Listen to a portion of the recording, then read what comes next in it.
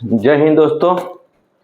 देखिए, अगर आप भी हमारे तरह चाहते हैं इस तरह का रेलवे आईडी लेने के लिए, यानी कि भारत में भारत सरकार की सेवा करने के लिए, तो आपके लिए एक बहुत अच्छा मौका है।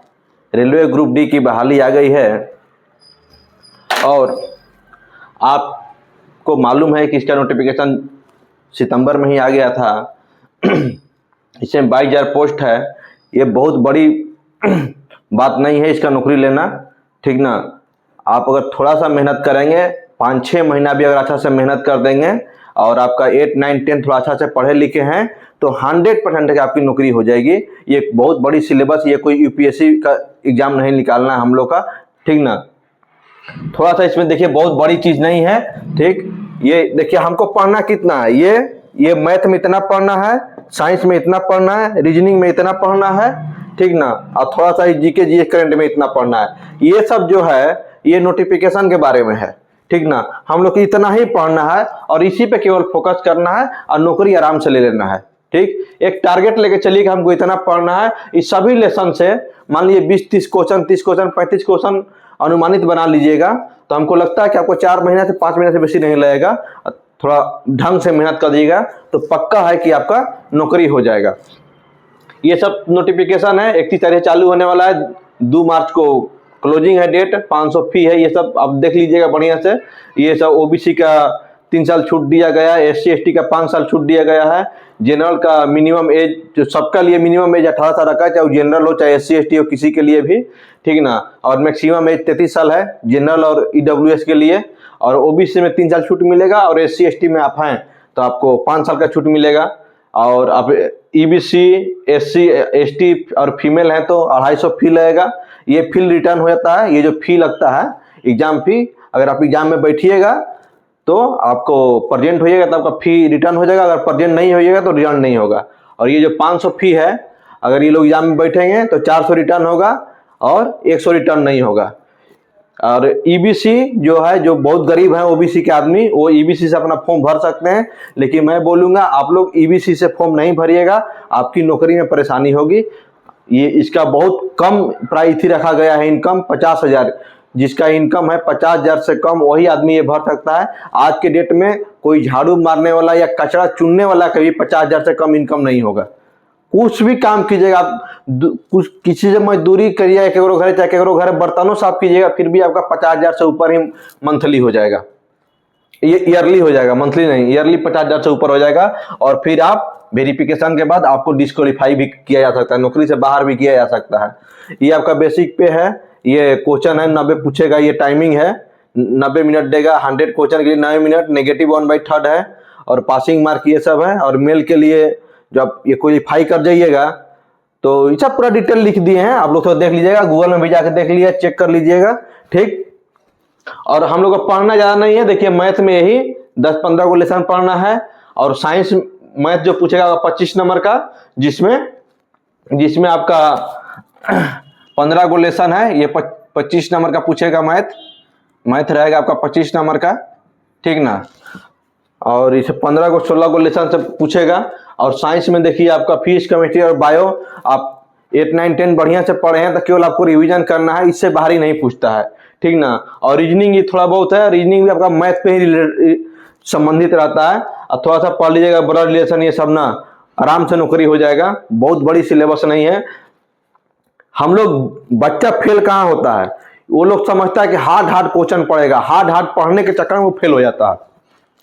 दूसरा जगह कहाँ फेल होता है, वो कहीं कोचिंग करता है, मास्टर लोग बोलता है कि मेरा क्वेश्चन लड़ता है, वो बोलता है मेरा क्वेश्चन लड़ेगा, मेरा 80 क्वेश्चन लड़ जाता है एग्जाम में, वहां पर लड़का फेल होता है। क्वेश्चन किसी का नहीं लड़ता है, ये सब झूठ बात है।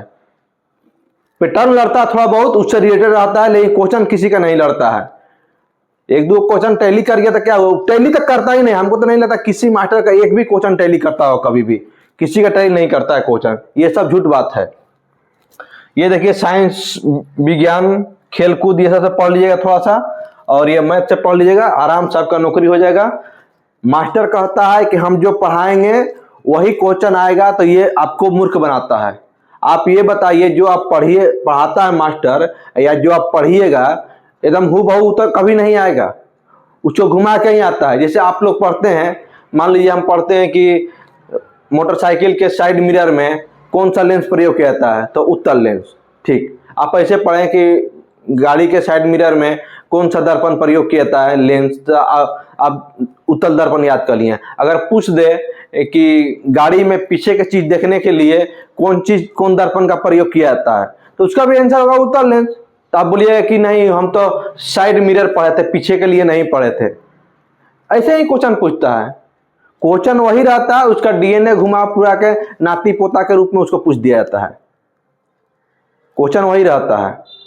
आप बोलिए क्वेश्चन लड़बे नहीं किया, क्वेश्चन वही है ना जी कि साइड मिरर के रूप में उत्तल दर्पण का प्रयोग किया था, आप याद कर लिए। अब क्वेश्चन आ गया कि गाड़ी से पीछे की चीज को देखने के लिए ड्राइवर किस दर्पण का प्रयोग करता है, तो आप छोड़ के चलाइएगा। तो ये आपको सोच के पढ़ना है ना कि साइड मिरर में किस लिए प्रयोग किया जाता है, पीछे की आदमी को, गाड़ी के वस्तु को देखने के लिए प्रयोग किया जाता है, कोई पीछे से आ रहा कि नहीं आ रहा, इसलिए किया जाता है। अब कोई कहेगा कि हम जहां अपना दौड़ का तैयारी करते हैं, हमको उसी ग्राउंड में दौड़ाएगा तो हम दौड़ निकालेंगे, ऐसा होता है क्या? आप अपना ग्राउंड में दौड़ते हैं, खेत में दौड़ते हैं, बालू में दौड़ते हैं, कहीं कोई फील्ड में दौड़ते हैं, आज आपका दौड़ होता है जाके लखनऊ में, दौड़ होता है जम्मू कश्मीर में, दौड़ होता है जाके आपका कर्नाटका में। आप कहिए कि ना हाँ अपना गांव में जहां दौड़े थे वहीं दौड़ाएगा तभी हम पास होंगे। आप दौड़ का तैयारी कर लिए है ना जी, आपको कहीं दौड़ा दे, आप दौड़ जाइएगा, आप दौड़ निकाल लीजिएगा। पढ़ाई भी वही है, आप पढ़ाई का तैयारी कर लीजिए, वो कैसे क्वेश्चन पूछेगा हम बना देंगे। ऐसा होता है, कोई मास्टर का फेरा में ऐसा ना पढ़िएगा। आपको अपना दिमाग से पढ़ना है, कैसे पढ़ना है उस तरह से पढ़ना है, समझ समझ के क्वेश्चन को पढ़ना है। ये कोई बहुत लड़का क्या करता है, खाली आंसर याद कर ले चल जाता है, उत्तल दर्पण, अवतल दर्पण, राज्य, ये ओ भारत, पाकिस्तान, नेपाल, आप क्वेश्चन याद नहीं करता है। अब घर के आदमी के, किसी के घर के आदमी के सबका नाम तुम याद कर लेगा, रमेश, परमेश, सुमेश, उमेश, दुबे, सब याद कर लिया। अब कोई पूछ देगा कि रमेश के पापा कौन है, तो कैसे बनाएगा? घर का तो 20 आदमी का तुम नाम याद कर लिया है। अब बोल देगा कि ओकर चाचा के है, ओकर दादा के है, तो नहीं जानेगा। अगर घर का तो सब आदमी के नाम जानता है। तो क्वेश्चन भी याद करना होगा ना भाई, क्वेश्चन को पहले बढ़िया से याद करना है। सबसे पहले क्वेश्चन को याद करना है, बढ़िया समझना है, उसके बाद उसका आंसर याद करना है। अब बहुत लोग खाली आंसर वही याद के लिए चल जाता है, आंसर याद करने से पास होगा तू? बाकी चोंधर सब रहता है, लेकिन मास्टर एक क्वेश्चन से पढ़ा देता है। ठीक है, आप लोग फॉर्म भरिए, 31 तारीख से अप्लाई हो रहा। हम उम्मीद करेंगे सभी लेसन को पढ़ाने के लिए कोशिश करेंगे जितना अधिक से अधिक हो जाए। और आइए रेलवे में सेवा दीजिए मेरे साथ। जय हिंद, जय भारत।